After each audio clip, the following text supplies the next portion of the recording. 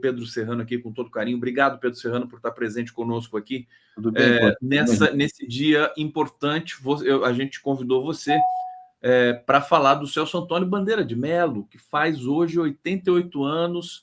Fala um pouquinho da importância desse grande jurista para você e para o Brasil, querido Serrano. Você está bom? Tudo ótimo, Conde. Tudo bem, Genuíno? Então... Fala, Genuíno. Bom dia, Pedro. É um prazer estar aqui contigo. Prazer é meu. Bem, o Celso Antônio Bandeira de Melo, o professor Celso Antônio, ele é muito conhecido como um dos maiores, talvez o maior administrativista da nossa história, né? Ele, Meirelles, foi o grande sistematizador do direito administrativo brasileiro, e o professor Celso Antônio é quem estabeleceu, digamos, a dignidade científica do direito administrativo brasileiro. Mas talvez um campo em que se fale menos, mas que é muito correto falar, é que Celso Antônio é um grande jurista em todos os sentidos, ele é um grande teórico do direito, né? É que ele não tem um livro específico sobre teoria do direito, você precisa ir lendo a literatura dele para daí percebendo a construção teórica dele, que foi uma construção extremamente original, marcante na história e que acabou antecipando toda uma mudança que houve no interior do pensamento jurídico tempos depois. Celso Antônio só não foi mais importante nesse aspecto porque é brasileiro, fala português. Se fosse francês, norte-americano ou italiano, com certeza teria sido um jurista marcante na história do direito universal, mais do que já foi, né? Celso Antônio, por exemplo, começa a desenvolver na década de 70, uma nova forma de concepção de positivismo. Um positivismo adaptado ao constitucionalismo do pós-Segunda Guerra. O pai dele, já que não era positivista, já tinha dado um ensaio disso num trabalho sobre as constituições rígidas, né, em que ele tratava... O pai dele também era do direito. Também do direito, também administrativista. O grande professor Oswaldo Aranha Bandeira de Melo. E o pai dele já tinha lançado um livrinho sobre o constitucionalismo rígido, falando que a Constituição era oráculo. O pessoal... Era o oráculo da justiça, né? O Celso Antônio adapta isso, trata a Constituição como oráculo do direito, mas o principal, havia uma concepção normativista no positivismo que separava os princípios das regras e construía um sistema só de regras, né? Digamos assim, né? Princípio, por exemplo, do direito para Kelsen era uma norma geral, dotada de generalidade. Celso Antônio vai procurar trabalhar uma forma do que nós podemos chamar de positivismo moderado ou includente. Includente é o nome que ele vai ganhar, esse tipo de positivismo, décadas depois do que o Celso Antônio começou a pensar. Que é um positivismo não kelseniano. Celso Antônio foi o grande divulgador de Kelsen do Brasil, mas ele não era kelseniano, ele era além de Kelsen.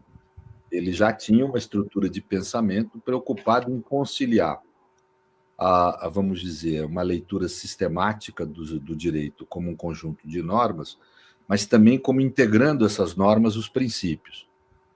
Agora, ao mesmo tempo, ou seja, ele faz uma adaptação do positivismo a constituições rígidas, que são constituições que estabelecem princípios como normas, né? Isso se tornou, depois dele, comum no mundo ocidental, digamos assim. Na Europa, isso foi chamado não de positivismo includente, mas de garantismo, por exemplo. É um dos nomes que adotou lá, né? Uma ideia de que você precisaria incorporar o estudo ou a descrição sistemática do direito,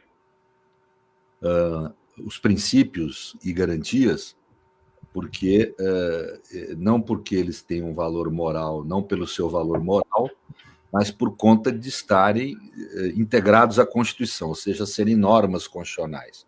É o que nós chamamos de uma aproximação contingencial entre moral e direito, e não uma aproximação universal. Celso Antônio fez algo, a meu ver, mais inteligente do que isso. Ele formula uma teoria que reduz o problema do conteúdo material da norma à competência. Ninguém tem competência para praticar uma determinação material fora do normativo, né? Então é muito inteligente essa essência da formulação dele. Ele vai tratar, inclusive, o próprio ato administrativo como norma, né, de forma inaugural. Então, por exemplo, a concepção dele de princípio da isonomia, princípio da igualdade, é um dos trabalhos em que ele demonstra essa ideia da importância dos princípios. No curso de direito administrativo dele, o princípio é tratado como categoria de outras normas, né? Ou seja, é uma teoria positivista do direito que valoriza os princípios. E ele fez isso numa época que ninguém fazia, Conde.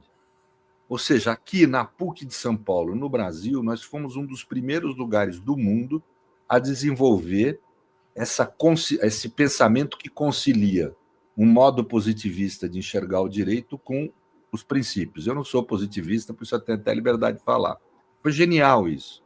Quer dizer, Celso Antônio, por várias razões, no campo administrativo não preciso falar, ele criou muita coisa, ele fez muita coisa. Pensador, né? Pensador. Era um pensador, né? Um pensador do direito de forma muito profunda, sofisticada, genial mesmo, né?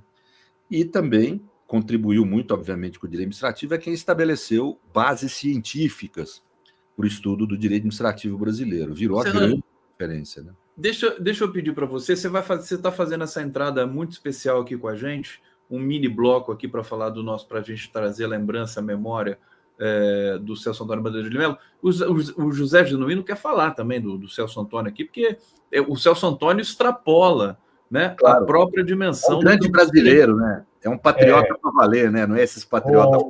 Conde, fala, Genuíno. Eu queria me associar a essa homenagem, a esse reconhecimento, a esse trabalho que é a vida do Celso Antônio Bandeira de Mello. Pessoa, uma inteligência monumental, mas uma pessoa simples para dialogar, para conversar, também um militante de causas democráticas dentro dessa visão que o Pedro está colocando do direito na formulação dele. Portanto, eu queria, Pedro, te transmitir um abraço. Você, para mim, também é uma referência fundamental no campo do direito, dentro de uma visão humanista, democrática, profundamente democrática, e estender ao Celso Antônio Bandeira de Mello esse abraço. Até porque eu quero revelar aqui que, quando eu fui perseguido pela Justiça de Inserção, eu recebi manifestações, recebi abraço do Celso Antônio Bandeira de Mello. E a política, eu prezo um valor fundamental, assim como também do Pedro Serrano, que é o valor da gratidão.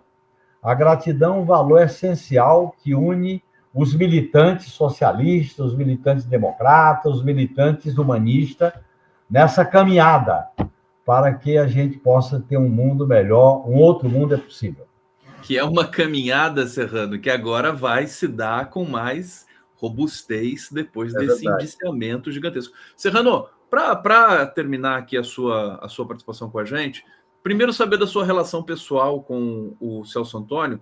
Ele foi professor da PUC, você é um dos formados pela PUC, hoje professor também da PUC. Ele foi seu orientador? Não, você me desculpa, mas eu não tenho essa informação. Não, ele foi meu orientador de vida, né? Mais do que de vida. Ele foi uma referência mesmo. Ele foi professor de todos nós. A expressão é bem precisa no caso dele. Ele formou uma geração aí de publicistas, né? Tomei aula com ele no mestrado, tomei aula no graduação, né? No meu tempo de fazer doutorado, nós não tínhamos que cursar créditos, né? Então eu não precisei fazer aula, né? Mas no graduação e no mestrado tomei aula com ele, né? E era um grande professor, né? Mas eu acho que ele, se tem algo que ele supera a si mesmo como jurista, é como ser humano, sabe? É um grande ser humano. É um brasileiro. Eu tenho imenso. Não se omitiu, na conveniência do silêncio. A coragem. O Celso Antônio tem aquele virtude política que falava Aristóteles, né? A coragem. É impressionante a coragem dele. Ele chegava nos ambientes, eu me lembro, conservadores, gente que... E fazia discursos assim intensos pela defesa da democracia, de crítica aos recursos que estavam havendo em relação à Constituição de 88. Criava constrangimento. Mas um constrangimento em que as pessoas tinham que sentir mesmo, porque ele estava falando certo, né? Tinha coragem de falar a verdade. Isso é um atributo humano imenso, né? Sempre foi um grande humanista. Eu tenho imensa honra de conviver no mesmo tempo histórico com ele. É um cara que me emociona, né? Eu me lembro, sim, de figuras que me emocionam quando eu falo. Meu avô, né? Meu pai, depois que morreu, né? E o Celso Antônio Bandeira de Mello é um cara que me emociona, porque ele não é comigo, ele formou uma geração aí de publicistas, e que você vê como é a influência, né? Eu não conheço um cara formado por ele que não seja democrata, que não esteja na luta nossa. Eu não conheço um cara. Quer dizer, então é um sujeito que formou gente da melhor qualidade aí, e graças a Deus influenciou a gente. E espero que fique aí 100 anos conosco, né? Todas nossas homenagens ao professor Celso Antônio Bandeira de Mello, que seja um dia muito especial, está fazendo 88 anos hoje. Todo o grupo Prerrogativas está mobilizado e encantado com essa efeméride. Serrano, obrigado, viu, pela sua aparição aqui. Muito bom falar com você, muito bom ter você com a gente aqui.